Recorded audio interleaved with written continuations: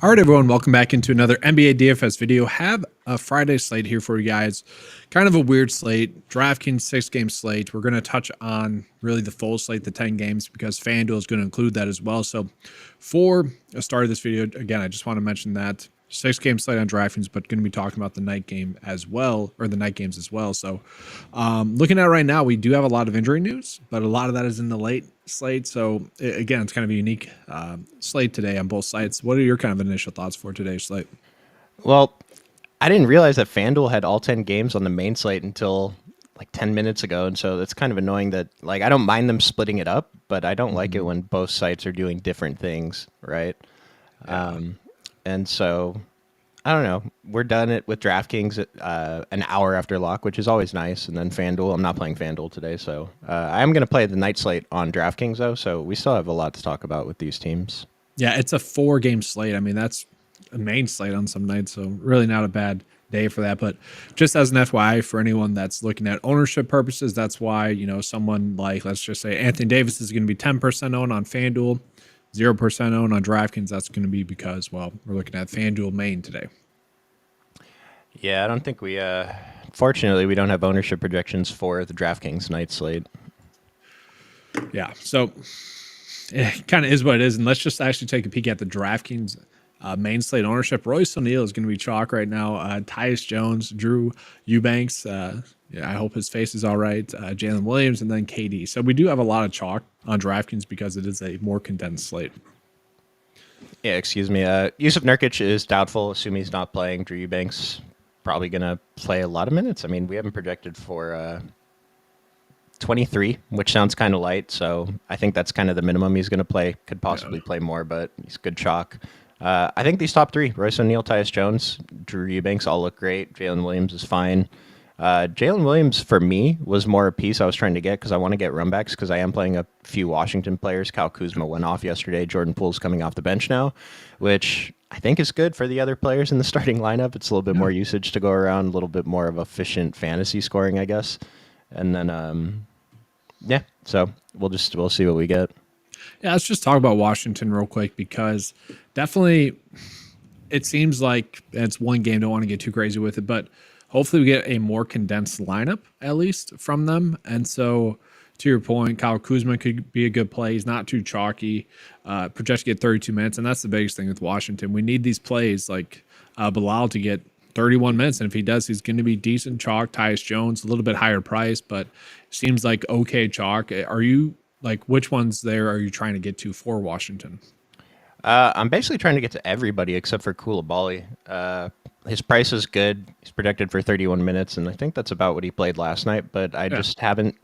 I mean, he's shown a ceiling in this league, but it's just not enough for me to want to get there. I mean, it's only 6 games. 23% ownership on DraftKings isn't too bad, but that's basically the only piece of this team I'm not trying to get to. I'll get a little bit of Koulibaly because his price works. He makes lineups work, but not a priority at all. I'd rather get under on Koulibaly, probably with the field Tyus Jones, over on Denny and Kispert, over on Kuzma, and then I'll be over on Bagley again.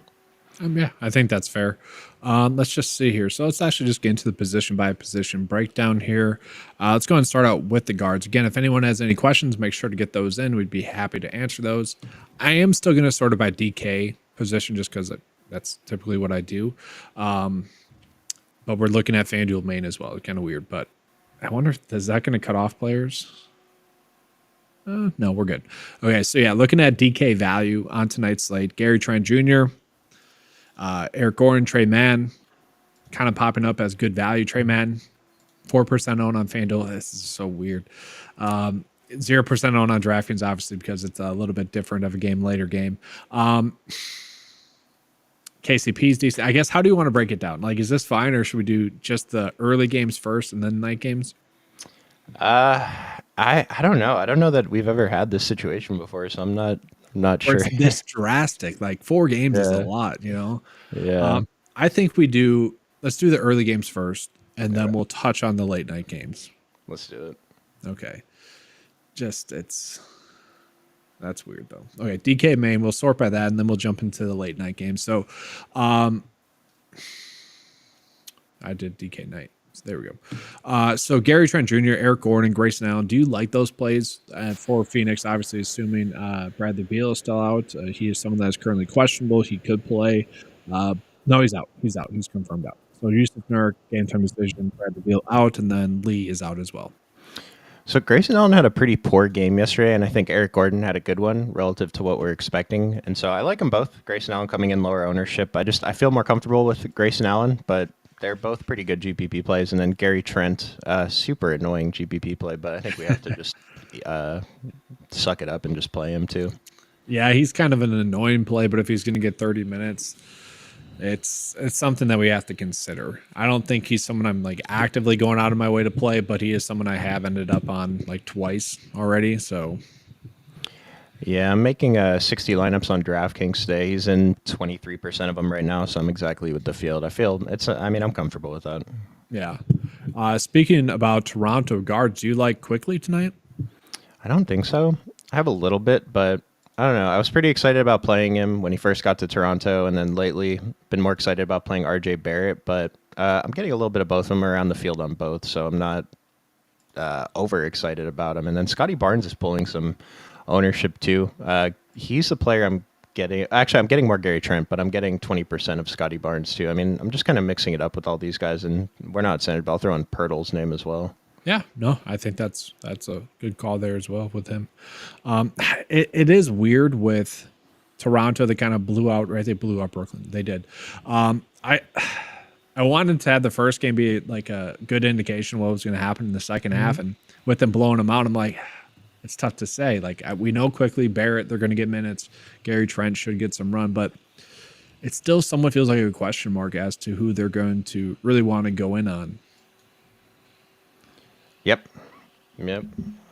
And let's see here. So Donovan Mitchell, we currently have him projected for minutes right now. He is still a game time decision. It's tough to say what to do there, but is it just load up on Garland, Strus if he's out, or maybe not so? Yeah, yesterday the field loaded up on Garland and Mobley. Garland had a terrible first half, but he salvaged. He got there in the second half, so did Mobley. Karis LeVert was bad. Max Strus was good. And so, I don't know. If Donovan Mitchell plays, I think he's a pretty good GPP play if he's really going to come in at sub 10% ownership. It's only a 6-game slate on DraftKings. And then if he's out, I think it's going to be the same thing as yesterday. I mean, their prices are mostly the same. I think we just load up on these guys again. Yeah, Karis LeVert, would you play him at all if Mitchell was out? It's like, theory-wise, I should want to because he had a terrible game yesterday, burned some people. And he's basically the same play yesterday. He's a little bit more expensive, but I don't know. He's been kind of bad since he came back from injury, and so if I end up with a couple percent, I don't mind it. But if I have 0 in my exposures, I'm not going to go in and try to force in some Karis LeVert. Yeah, I think that's fair. Do you have any other guard plays that you want to mention here? I'm trying to look at the questions here. Buddy Hield was bad. I mean, he wasn't bad yesterday. He almost got there, but he's coming in for basically no ownership today. I think this is one of the more clear low-owned GPP spots. Is that dependent on if Melton plays or not? Because Melton is currently questionable as well. We have him projected to only get 20 minutes, which to me seems way too low.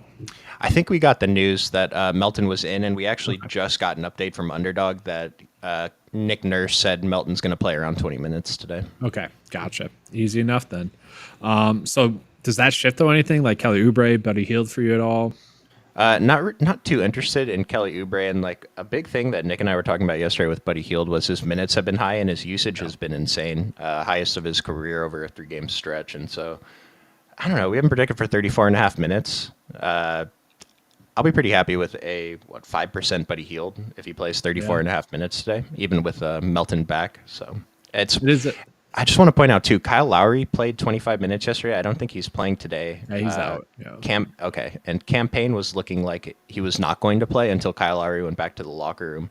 And so we're not interested in Campaign for DFS purposes. I see he's pulling 1% ownership. That's kind of weird, but I think the point is that Buddy Hield, I think his minutes are pretty safe. Like, I don't think we're going to expect him to play 40 minutes again, or maybe even not even 37. Yeah. But if he gets 30 plus 6,700 again, this is a player that can heat up in low minutes. So, but I expect his mostly full run anyway.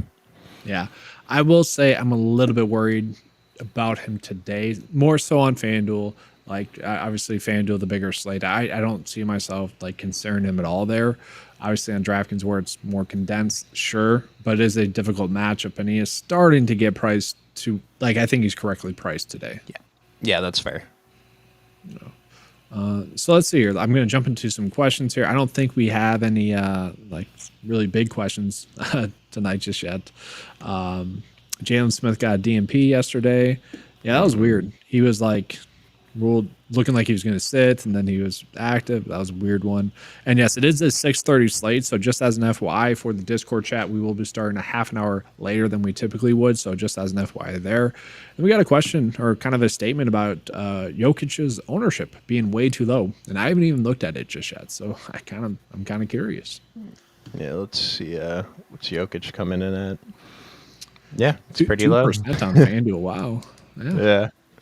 Yeah, I mean, these guys, Jokic, Giannis, Luka, whenever they're super low, I don't care what the matchup is.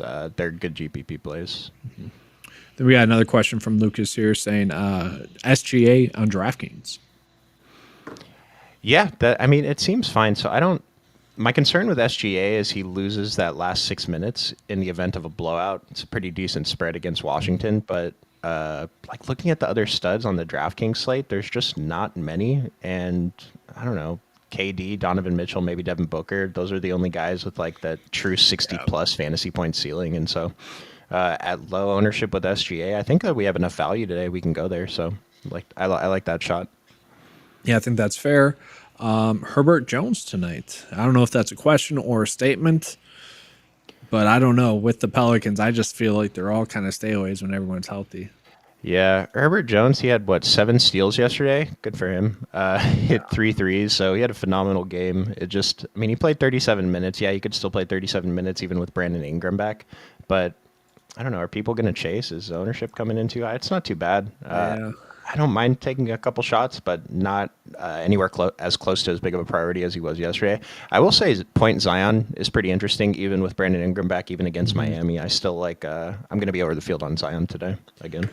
Yeah, let's just hit on that a little bit more. So he is the one player at his price tag that I would be interested in, assuming that he plays. We can see the game log here basically going for an average of like 46 fantasy points over the past like 7 games or so. Are you concerned about the matchup at all going against Miami? A little bit, but if the field is going to be more concerned about the matchup than they are about Zion's new role, then I'd rather still just get over the field and hope it works out there. Yeah, we always kind of talk about playing like as many kind of point guards or centers as you can typically as a strategy. It's kind of a sneaky way to go about doing that by playing him in the power forward spot. Yeah. Then let's see here. So we got Nick saying Mitchell hasn't tweeted yet, so probably out. That's actually, I don't know, it's like 99% reliable, isn't it? What's the fantasy football account that was created this year? It's like Coach's Radar or something like that, where they Coach Speak Radar or something like that, where they measure the coach speak. That's a similar thing right there as well. Just how reliable their BS is. Yeah, their Twitter feed is. But we should get that. That's an early game, right? Isn't it? So we should get that information before lineup block. Hopefully, maybe not by the time we finish this live stream, but if you guys are in the Discord chat, we'll have that information live, and we'll be able to break that down for you. Yeah, Nick will have that for you guys in Discord. And then let's see here. So yeah, we're kind of back on the lack of studs here. So we got Lucas asking, what kind of value plays are we chasing tonight? And it's. I don't know if this is a DraftKings question or a FanDuel question. It's obviously we've got to break it down to kind of 2 slates. So DraftKings wise for the early slate, we got Eubanks popping up in there, Trent Jr. Those are the 2 clear-cut ones. And then probably taking a peek at either Eric Gordon or Grayson Allen. Do you see any other value plays that you would want to get to? Yeah, well, my highest exposed value play right now, Royce O'Neal. We've talked about Gary Trent. Isaiah Joe is kind of interesting. He started for Josh Giddey in the second half of yesterday's game. He's 3.2K on DraftKings. He's going to pull some ownership, but this is a spot I don't mind taking shots when he's basically minimum priced and his ownership doesn't feel too chasey. Mentioned Corey Kispert already. And I don't know if Marvin Bagley's value, but 5.5K at center. Him and Ivica Zubac, like in the mid range. Yeah. So it looks like I'm not like I have a lot of lineups where I have 4 guys that are 7K or more, and then no one below 4K. And so yeah, there's no studs. I'm living in the mid range today. I still am playing some value plays. We want to get to some of those. I don't know, like better mid tier plays, if that makes Yeah. sense. No, that makes perfect sense. That was just kind of the theme before All-Star break, where we didn't have great studs, at least on the DK main slate, and the ones that we do have a little bit questionable, like KD, Booker. It feels like we would want to just choose one of the two there. Donovan Mitchell, we don't know if he's active for sure yet. Trey Young against Toronto, maybe a little bit high price. Like it makes sense why naturally it'd be more fair and balanced. And I'll just throw out one more super punt. We gave you, I think Nick and I gave you Fournier yesterday. He had an okay game, didn't help us win a tournament or anything. But Delon Wright, flat min 3K over on Miami. He just got bought out by Washington. He's over there. Assuming Tyler Harrow's out, I mean, we have Delon Wright projected for 14 minutes right now with Tyler Harrow in. So just if he's out, it's another spot in the rotation that opens up some minutes for him. I think he's a good player at min price. No, he definitely is a good player. Kind of fits the mold of Miami with kind of how they use players. Obviously, Josh Richardson, I would say, I don't want to say he's like a similar player, but they kind of use him in unique ways. He's out. Rozier's out. Obviously, if Hero's out, that obviously helps. Right out as min price play, like what, 12 fantasy points? That's the hope there.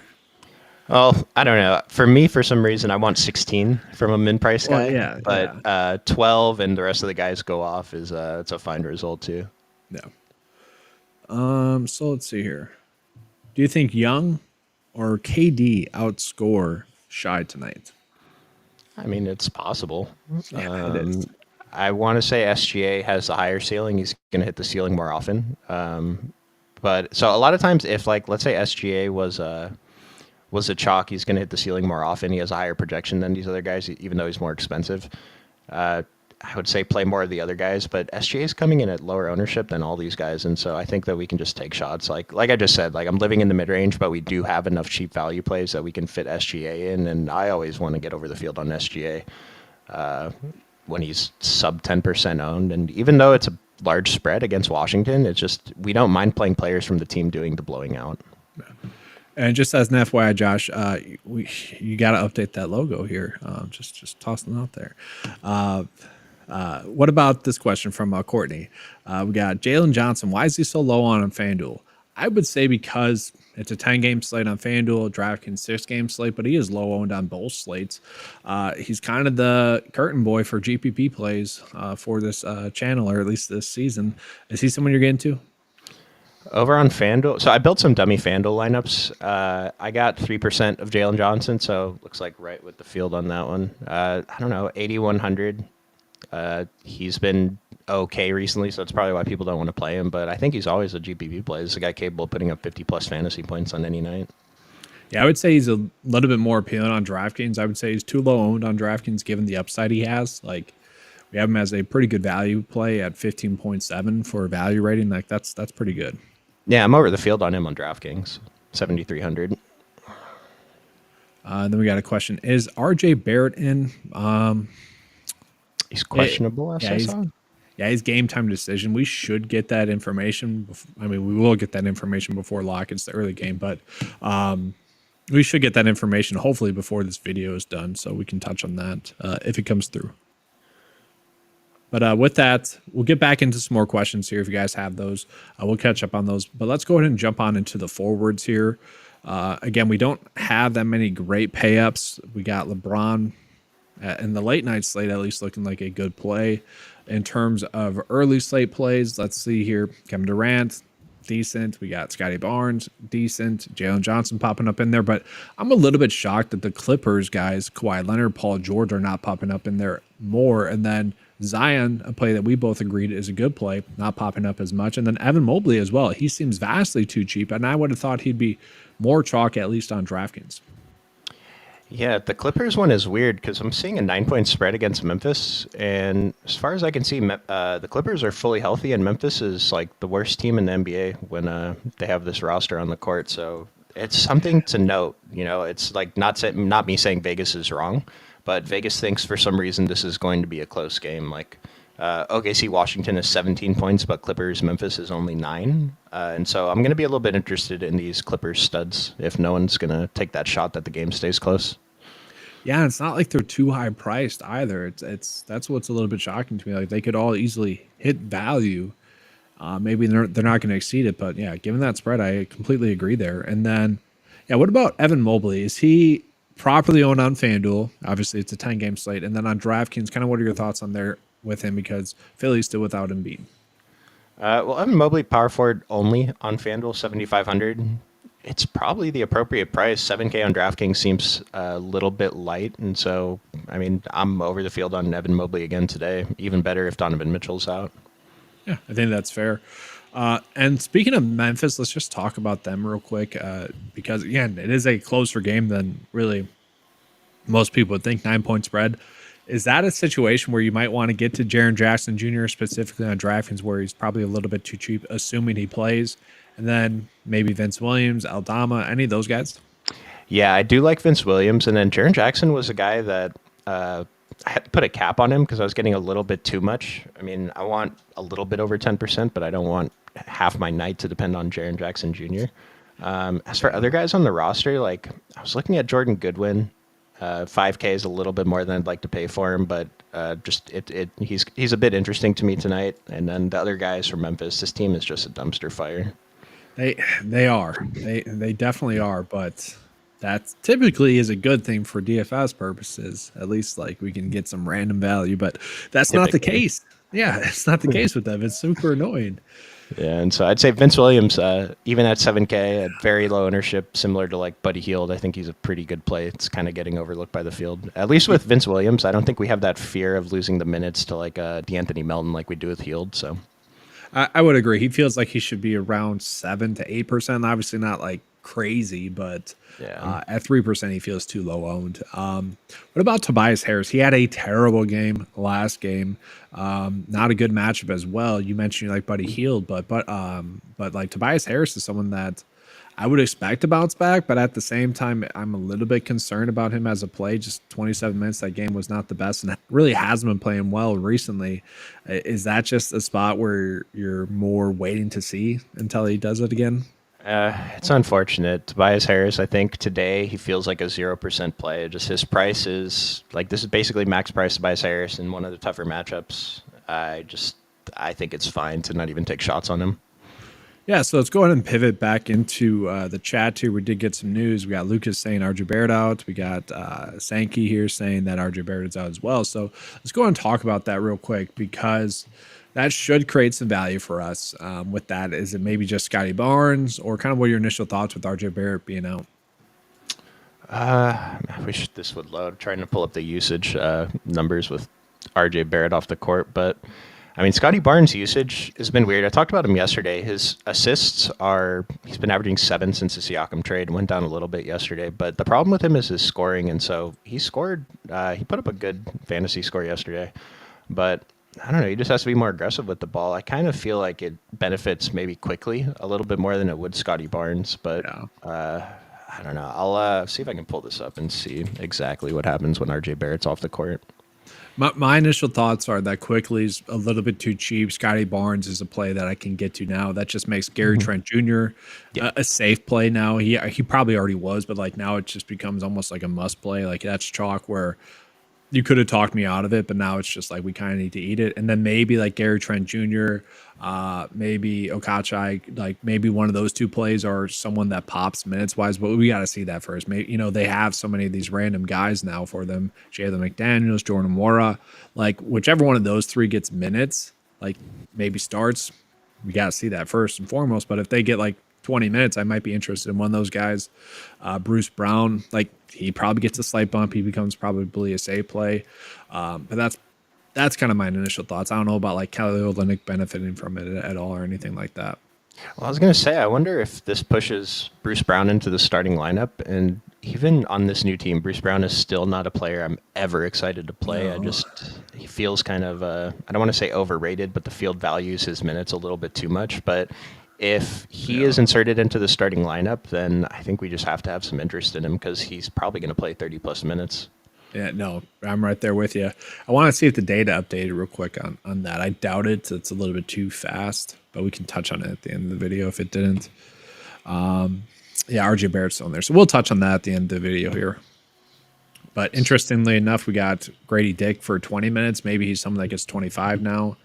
But yeah, I mean, I'm curious to see how much Gary Trent Jr., if his ownership goes up or not.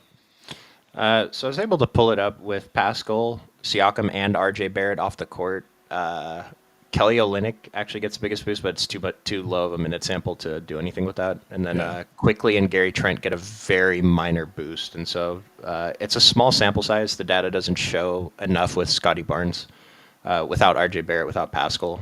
Or maybe he just doesn't get the boost, but it looks like Gary Trent is going to be the beneficiary here. Yeah, I think that makes sense. We got a question about like Tyus Jones or Mike Conley going kind of back to the guards. That's an interesting one. Obviously, that's more of a main slate question. Mike Conley kind of pops today, but I don't know. Like, what are your kind of thoughts there? Let's take a look at Mike Conley. So he's 6K over on FanDuel. I don't know. I like seeing him under 6K, but 5,300 on DraftKings. I mean, he seems fine. It's kind of like Tyus Jones is the flavor of the day because Jordan Poole, like his situation changed. Mike Conley's situation didn't. With Jordan Poole moving to the bench, Tyus Jones is going to have a little bit more usage. And so I'm just going to go with the field and say Tyus Jones, but Mike Conley's still a pretty good pivot. Yeah, and I personally think the Bucks are going to be a little bit better after the All-Star break, even though there's all the weird stuff coming out news-wise. So maybe they're a little bit better defensively. I think that's kind of part of the reason why they made the move to get Doc. So I think they're going to be worse. Do you? they could. All this weird stuff after All-Star break. Lillard not having like Giannis on his starting five or whatever. I don't know. Just weird stuff was happening. But team is tragic. Yeah. So we got about injury questions. The data will update here. It typically takes, at least right now, when it's an hour before lineup lock, I think it's every 10 minutes or every 5 minutes or so. Something like that. Just if you're not sure, just go look at the minutes for the guys that are in. If someone gets ruled out, and just make sure that they seem reasonable, because it does take the model a few crunches to get to where it's trying to go. And Brandon Ingram just got ruled out, so that's cool. All right, so we'll touch on that as well. So, just going back to that though, real quickly, yeah, it is like 10 to 5 minutes, like up until a half an hour before lineup lock, and then it's refreshing pretty much constantly. But yeah, let's get into the Ingram news. So that is fun. We had an interesting question up here. I don't know if do we anticipate a Eubanks Thad Young timeshare? I did not see that. Where is that? Okay. Yep, got it. I have no idea. I don't know what we're going to do with Thad Young. It's a new situation, so I don't even know if we can predict it. I imagine that it's something like that. Yeah, I don't think that they're going to play both of those guys on the court at the same time. It's just a matter of if Udoka Azubuike enters the rotation or not. And I guess Bol a little bit, but I don't know if they're going to go small against Houston. Honestly, that's the biggest or the toughest part about like NBA DFS right now. Like right before All-Star break and right after All-Star break, because there's the roster churn and just maybe trying to get players more minutes than they typically would, or less minutes. Or typically you see the rotations a little bit more fine at this point. So that one is a difficult answer, but Eubanks is the safe play, right? I don't know. It's like in theory, yeah. I don't know if he's safe though, but I'm going to play a bunch of him and just hope that comes true. Yeah. So yeah, let's talk about this with Ingram being out. So again, this will update here shortly.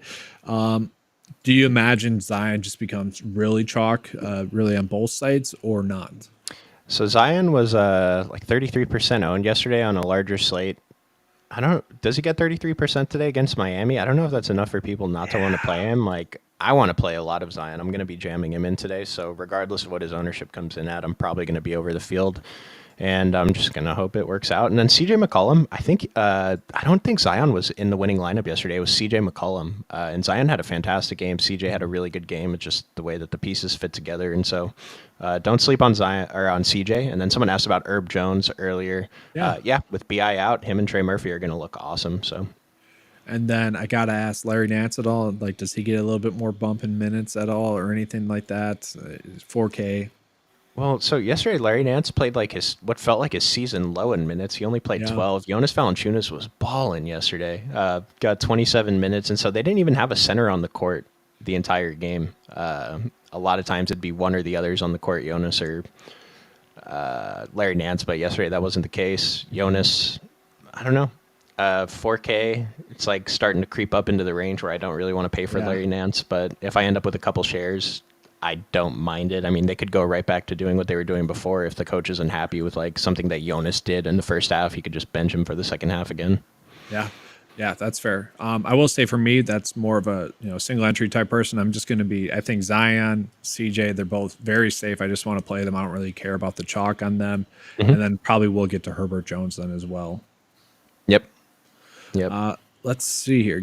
Zion is a game time decision as well. I would imagine with Ingram being out, that Zion probably going to play, but I mean, if Zion's out, then it's just CJ McCollum, Herbert Jones, and then we're probably looking at a little bit of Trey Murphy, a little bit of Marshall. Like we've seen this before. Yeah, we're gonna play everybody if if Yeah. Zion's out. Yeah. Jordan Hawkins. So let's go ahead and just real quickly jump into the centers, and then we'll talk about the late night slate, and then we'll be getting some more questions as you guys have them. But again, kind of a weird day today with DraftKings having 6 games and FanDuel having 10. In terms of the centers that you want to be on the DraftKings main slate, is it Sangoon? Is it Holmgren? To me, it's Evan Mobley, but I want to hear your thoughts. Is it Jared Allen, Bam, maybe Kyle Kuzma? In order, so Kuzma has center eligibility, so he's in this list. But in order, my top centers right now: Mobley, Zubac, Chet Holmgren, Kuzma, Bagley, Eubanks, and then I have a little bit of Pirtle. Yeah. But so I think someone asked about Chet. Yeah, any interest in Chet versus the Wizards? I was kind of surprised how high I had Chet's projection came out for me today, and then he's top of the model at center. So 13%, 10% owned, 7,600 on DraftKings seems like a pretty good spot for Chet. And that's the thing here about the model today. It's like Chad Holmgren at 7.6 is popping up as the best one, but it is kind of pretty saying the same message. Like all these players are kind of in the same price point range, kind of like slight, bumps here and there. But the only play that really stands out is Joachim Pertl and then Zubac and then Bagley, maybe a little bit of Paul Reed. But are you getting to any of those guys as like GPP plays? You got Pertl at about 16%, Zubac at about 18% as chalk, and then Eubanks, kind of the value play that people are going to 30% relatively on both sides. So I would love to get away from Eubanks as much as I can if I can find the value at other positions, but I know that I'm going to end up playing some Eubanks. So it has a little bit to do with the center position's kind of weak today, right? And so, like with Paul Reed, in theory, you'd think that he has to play more minutes because he has to match up with Mobley and Jared Allen. But in practice, that hasn't come true because No. Nick Nurse hates Paul Reed, and just like Doc Rivers hated Paul Reed. And so, like in theory, he's a good GPP play, but I just don't know if he's going to stay on the court long enough to, be worth the risk of playing him over like Zubac, Bagley, or Pirtle. Yeah. Then we did just get a question, why no Joker? Well, here we go. We'll talk about that as well here. So I'm going to switch to DK Night Slate here. It's going to be a little bit different, but we're going to more for the FanDuel crowd here and for the DK Night Slate. Let's just jump into that in general. And we'll just talk about like who's popping up the most. So DK value-wise, Man's popping up the most, then McDaniels, then Sohan, then Trey Jones. Relatively speaking, do you like any of those plays or any of those plays you don't want to get to? Let me see.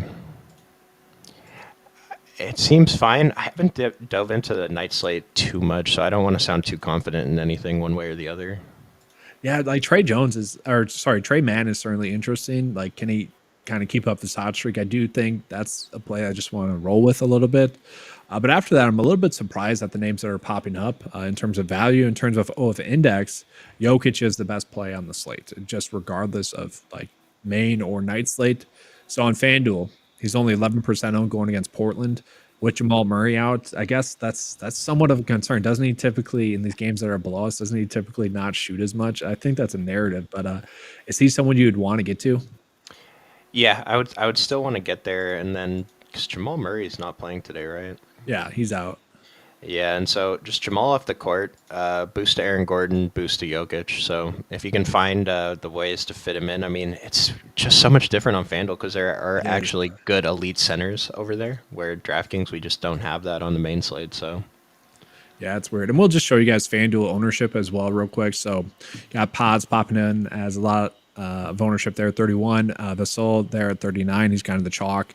Probably just need to eat that chalk. And then from there, it does get a little bit risky with some of the value that's popping up in there. But Brandon Miller, relatively a decent play there as well. So we got Jayhawk with an interesting comment. So he said that Murphy has been shooting the ball terribly.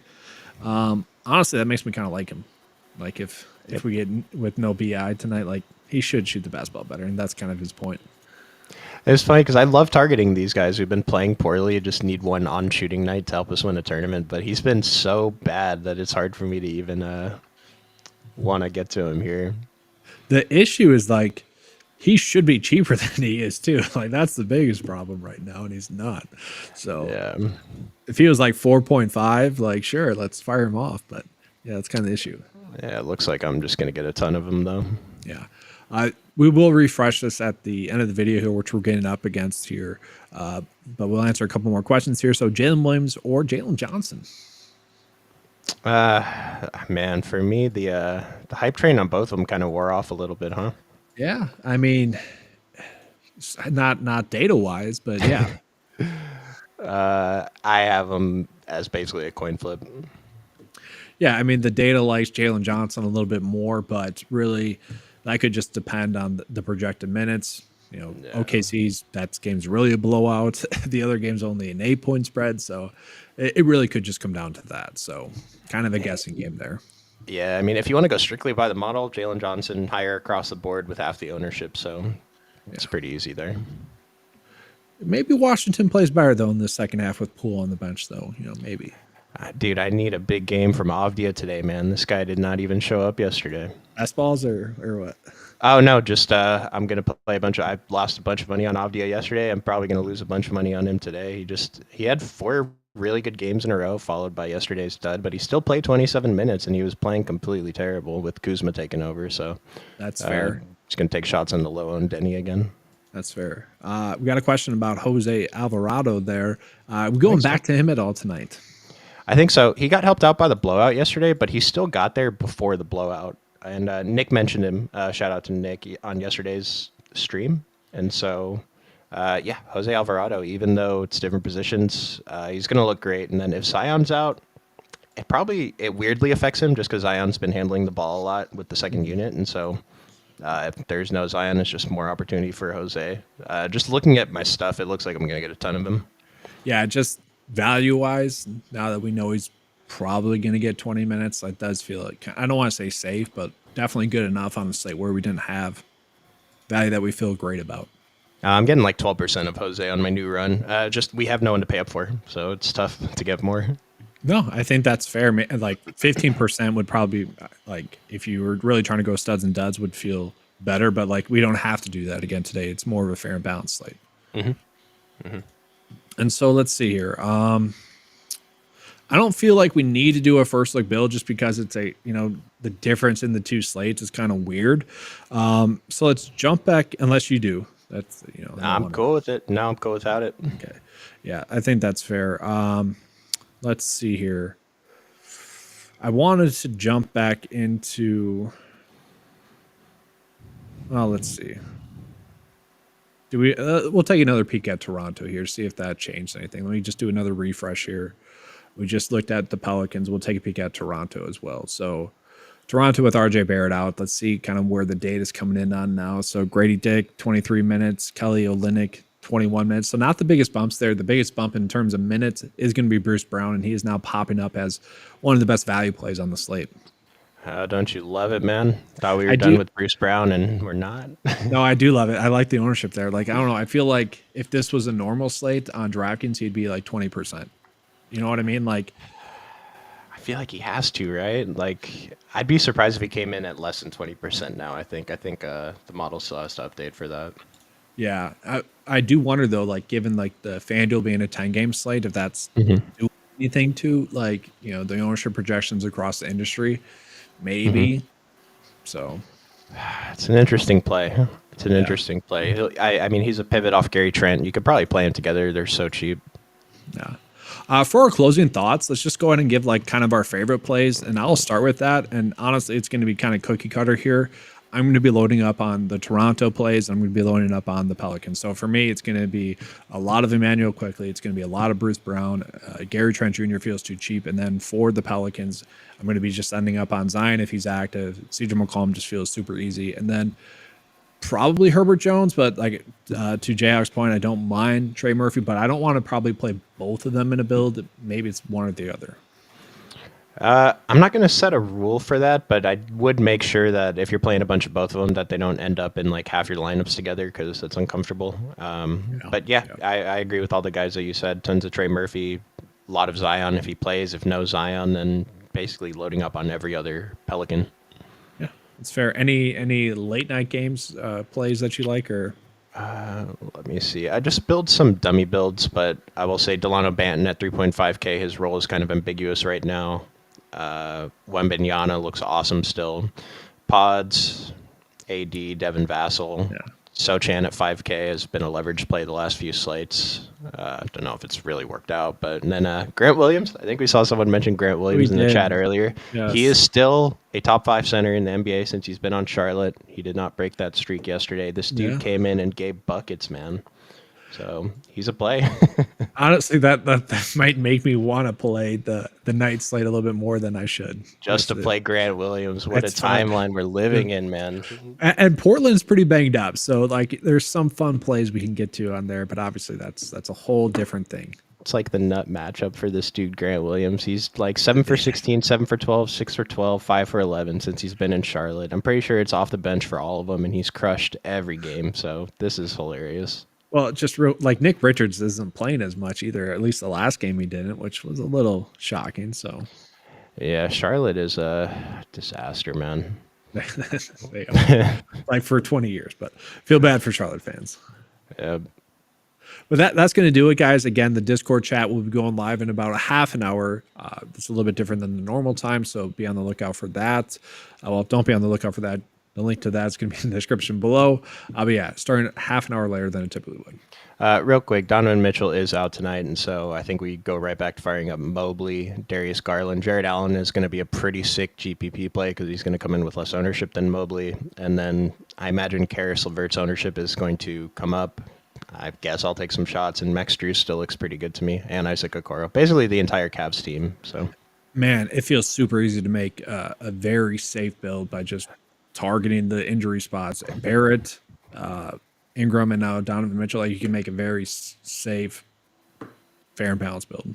Yeah, like other guys I threw out there, like Bagley and Buddy Hield and like Denny Avdia. These are just the low-owned plays I'm going to mix in around the chalk. I'm going to play a ton of the chalk tonight. So yeah, I think that's fair.